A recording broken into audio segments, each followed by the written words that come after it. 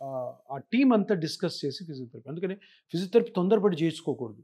ఎందుకంటే already damage అయింది, ఇంకా డ్యామేజ్ అయ్యే అవకాశం ఉంది. నా దగ్గర చాలామంది పేషెంట్స్ వస్తారు, సార్ ఇది ఇట్లా ప్రాబ్లం అయింది సార్, నాకు ఒక డాక్టర్ ఫిజియోథెరపిస్ట్ దగ్గరికి వెళ్ళమంటే వెళ్తుంటే ఇంకా నొప్పి ఎక్కువ అవుతుంది. ఎందుకంటే అక్కడ లోపల ఉన్న రూట్ కాజ్ని మనం ట్రీట్ చేయకుండా దాన్ని ఇంకా స్ట్రెచ్ చేసాం అనుకో. ఫిజియోథెరపీ చాలా ఇంపార్టెంట్, కానీ ఎప్పుడు ఇది హీల్ అయిన తర్వాత గ్రాడ్యువల్గా చేయాలి.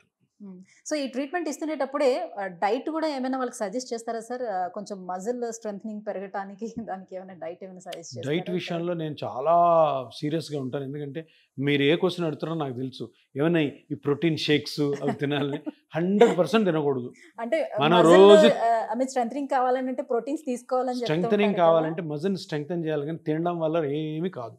అంతా కమర్షియల్ యాక్టివిటీస్ అవి. ఊరికి డబ్బులు పోగొట్టుకోవాలనుకుంటే ఆ పిచ్చి పిచ్చి తినొచ్చు, తాగొచ్చు. అస్సలు ఏం అవసరం లేదు. రొటీన్ మనం తినే ఫుడ్ తింటూ చేయాల్సింది ఏంటంటే ఇక్కడ జరుగుతున్న ఇంజురీని హీల్ చేయాలి, దాన్ని ఫిజియోథెరపీ ద్వారా స్ట్రెంగ్తన్ చేసుకోవాలి, అంతే. ఫుడ్ వల్ల ఏ విధమైనటువంటి ఉపయోగము ఉండదు. అనవసరమైన ఇంకేమైనా వేరే వేరే ప్రాబ్లమ్స్ ఏమైనా వస్తే రావచ్చు, సైంటిఫిక్గా లేని ఫుడ్స్ తింటే. దీనికి దానికి సంబంధం ఏం లేదు.